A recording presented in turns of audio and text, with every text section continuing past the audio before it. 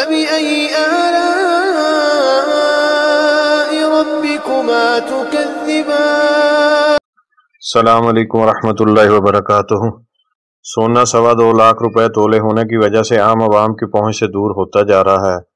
اس بیوقوف مڈل کلاسیوں کی شادیاں بھی پہنچ سے دور ہو رہی ہیں، جنہوں نے گولڈ جیولری کا دکھاوا ضرور کرنا ہوتا ہے، اور زیادہ تر وہ گولڈ بعد میں سالہ سال سنبھال کر رکھ لیا جاتا ہے اور فنکشن پر بھی پہنا نہیں جاتا۔ مڈل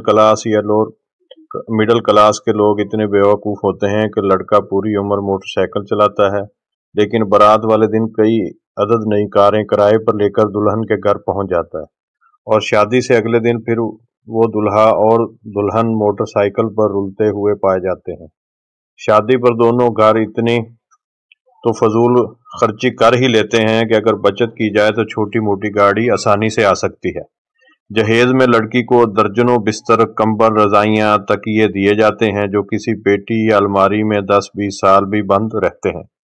اس سے بھی گھٹیا کام یہ ہے کہ لڑکی کے لیے دونوں طرف سے کئی عدد سوٹ اور جوتے صرف اس لیے خریدے جاتے ہیں کہ آنے والے مہمانوں کو دکھائے جائیں، جو بعد میں آؤٹ آف فیشن ہو جاتے ہیں۔ یہ بیوقوف لوگ پوری عمر دار روٹی کھاتے ہیں، 1-1 روپے کی بچت کرتے ہیں، لیکن شادی پر صرف دکھاوے کے لیے بریانی، مٹن، بیف اور پتہ نہیں کیا کیا انتظام کیا جاتا ہے، اور وہ بھی ایک بار نہیں بلکہ مہندی، بارات، ولیمہ کے لیے لڑکی کی شادی پر 10-15 لاکھ لگا دیں گے، لیکن سادگی سے شادی کر کے باقی پیسے اس لڑکے کو نہیں دیں گے کہ وہ اپنا کوئی کام کاج کر لے۔